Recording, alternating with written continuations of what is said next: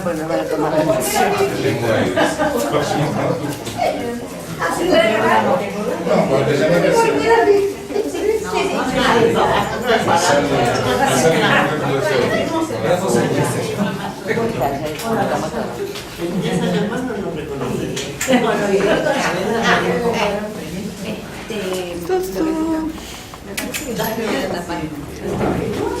Sí, eso ya era recaída.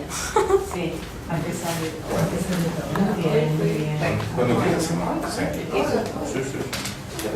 Bueno, hoy es la primera reunión del foro que venimos haciendo hace 2 años, este es el tercero. Me pareció muy importante que comenzara con la ley de salud mental, porque eso es lo que encuadra todo el trabajo que hacemos nosotros, ¿no? Y si la idea del foro es justamente la multidisciplina, la transdisciplina, el trabajo comunitario y la posibilidad de la reforma de algunas leyes que van más dirigidas a los derechos humanos. Como la ley de salud mental tengo entendido que expresa todo eso, ¿no es cierto? Y mucho más. Entonces, esta reunión es como para hacer el encuadre general, digamos, de todo el foro. Por eso está el licenciado Borbax, que es asesor del ministerio, ¿no? Jefatura de gabinete. La jefatura de gabinete, que es el autor principal de la ley de salud mental, miembro honorario de ACPA, que va a ser un diálogo, cosa que me pareció una linda idea, que fuera un diálogo con Carlos Saavedra, el licenciado Carlos Saavedra, que es el presidente de la asociación, que trabajó muchísimo también en este tema y que yo les recomiendo que lean lo que salió en la página web acerca de lo que dijo en la legislatura. ¿Sí? ¿Está ahí? En el Senado. En el Senado. En 2 encuentros en el Senado. Sí. Bueno, entonces después va a haber preguntas. Suponemos. Sí, sí. Bueno, empezamos. ¿Sí? Bien. La idea que estábamos barajando con Leonardo es, digamos, tomar como grandes ejes dentro de la ley y de alguna manera ir dando cuenta de cómo esa ley fue construida conceptualmente, por un lado, y por otro, pero es al mismo tiempo, ¿no? La metodología, digamos, ¿no? O sea, cómo se trabajó previamente para que esta ley se redactara, para que esta ley se gestionara, para que esta ley se discutiera en comisiones, para que finalmente se aprobara. Se aprobó por unanimidad en las 2 cámaras.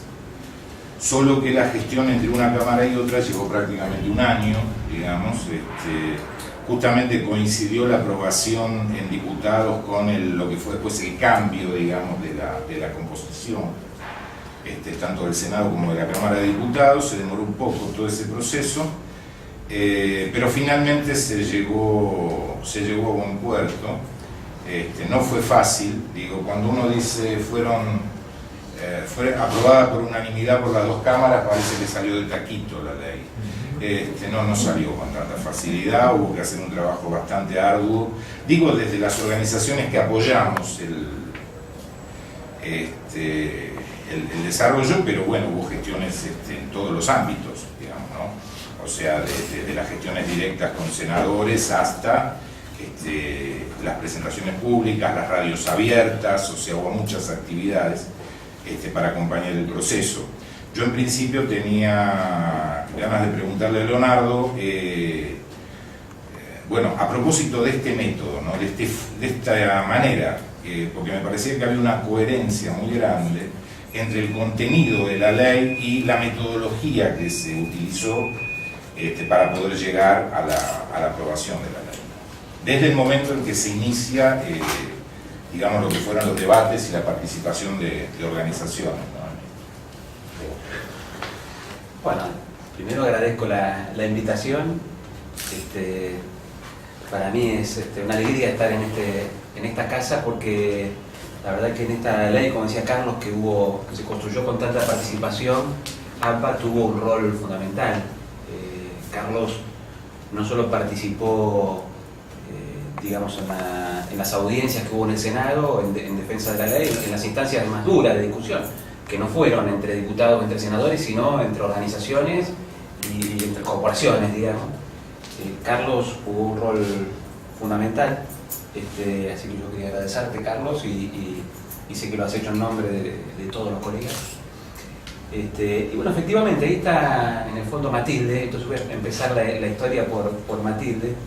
Matilde, que no la conoce, Matilde Ruderman es colega y es asesora del diputado Macaluce. Por ahí esa parte es la más conocida. La parte menos conocida es que durante 4 años yo la robé. Se la robé a Macaluce. Así que le pagaba a Macaluce y la usábamos nosotros. La verdad es que Matilde fue la gran articuladora, porque nosotros teníamos conciencia que una ley de salud mental, primero, que no iba a salir solamente con la firma de diputados, tenía que tener respaldo de organizaciones, y segundo, que aunque saliera con la firma de diputados nada más, no iba a poder transformarse en una realidad concreta, no iba a poder transformar las prácticas, no iba a poder transformar la política sin un acompañamiento de organizaciones, de profesionales, de usuarios, de familiares, de derechos humanos. Y la nombro a Matilde porque la verdad que en un primer momento ella fue la clave de la convocatoria, de la articulación, quizás por su edad, un poco, pero también por su Demasiado joven para hacer todo lo que hizo. Déjame terminar. Quiere decir que Matilde en su recorrido lleva mucho cúmulo de relaciones, de redes, de alianzas políticas, y todo eso lo puso al servicio de este proceso. Parte de esa construcción aparece Carlos y aparece ARPA, y para mí fue central, Carlos, porque además, no solo porque nos permitió hacer una ley mejor, digamos, la ley que nosotros presentamos al principio como puntapié para la discusión es inferior a la que finalmente salió, porque esa recibió el aporte de un montón de gente, de organizaciones. Pero digo, sino porque además en el convencimiento y en la tarea de convencer a los legisladores, fuimos muy superiores a quienes estaban en contra, por distintas razones, digamos. Primero, porque, yo lo digo en estos términos, teníamos mejores cuadros.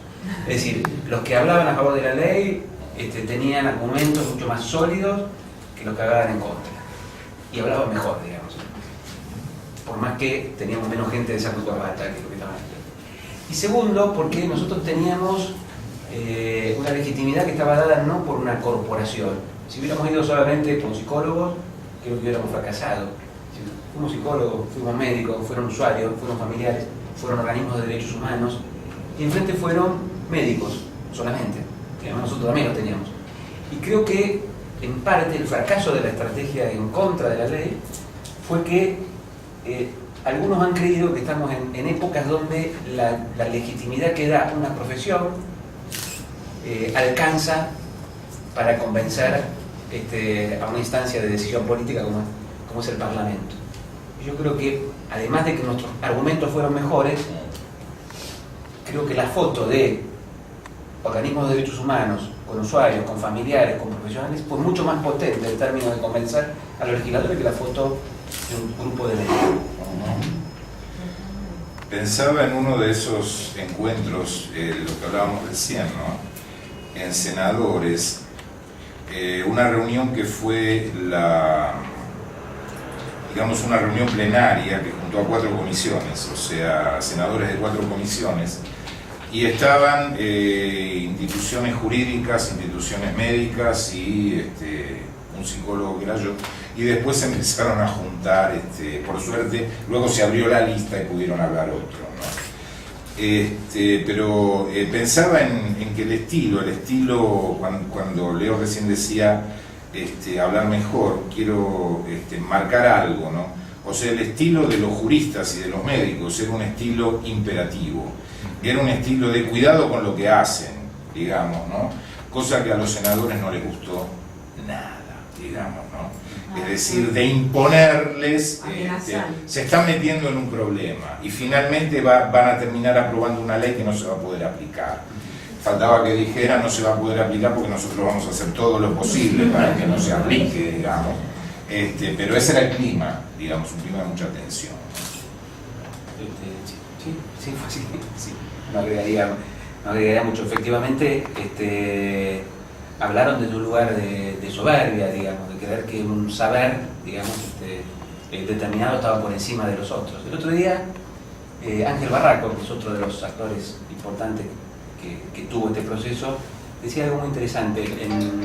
En el Tobar, donde fuimos a dar una charla, cuando se plantea la deconstrucción, digamos, de los manicomios, él decía, bueno, que se discutía que también hay lógicas manicomiales fuera de los manicomios, y lo definía en términos de que la lógica manicomial es creer que un saber está por encima del otro, así de sencillo, ¿no? Que el saber del profesional está por encima del otro. Yo creo que utilizaron en todo caso la lógica manicomial ahí, es decir, que en lugar de pensar junto con los senadores o construir entre todos alguna idea, fueron a querer imponer una idea que se supone que tiene un respaldo de una ciencia, digamos, ¿no? Un respaldo científico, pero en términos de certeza, digamos, ¿no? O de garantía absoluta, que nosotros sabemos que la ciencia, por más que avance, nunca llega a ser eso. Pero creo que lo que se encontraron es que estamos en otra época y que la legitimidad que da la militancia, los organismos de derechos humanos, la propia voz de los afectados es mucho más potente que la que uno puede querer imponer desde el saber de la ciencia. Creo que esa fue una de las claves, no sé, Matilde, si lo ves. Bien, lo que me gustaría, digo que más o menos para la gente que no ha seguido el proceso, hay muchos de los que están acá que sí lo han seguido, les transmitas un poco lo que duró, digamos, qué etapas tuvo, porque sé que este proceso empezó varios años antes, digamos, ¿no? Entonces me gustaría que transmitieras cómo fue progresando, digamos, eso hasta llegar a la presentación del proyecto, mínimamente. Va a ser mínimo porque... Claro, a grandes saltos. Pero porque además mi memoria no llega a rescatar todo lo que pasó. Pasaron muchas cosas. Nosotros presentamos el primer proyecto en el 2007, porque fue en el 2007, y definimos que ese proyecto no avanzara rápidamente precisamente para dar lugar a las consultas.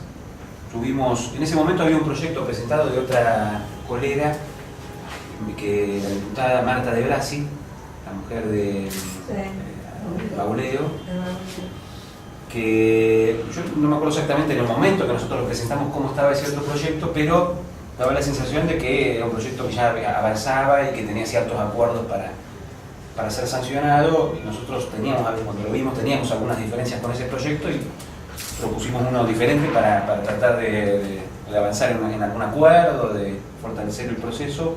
La verdad fue muy difícil en ese momento, hubo algún choque, una rigidez. Nosotros fuimos al foro de manicomialización de madres, buscamos ahí también mostrar el proyecto, llegar a unos acuerdos. Lo cierto es que Marta un poco se cerró, digamos, con su proyecto, no pudimos avanzar en una modificación, se terminó al poco tiempo el mandato. Nosotros avanzamos a partir de ese primer encuentro en el foro con distintas consultas. Hicimos una jornada importante que fue en el 2008 en el Congreso, con talleres.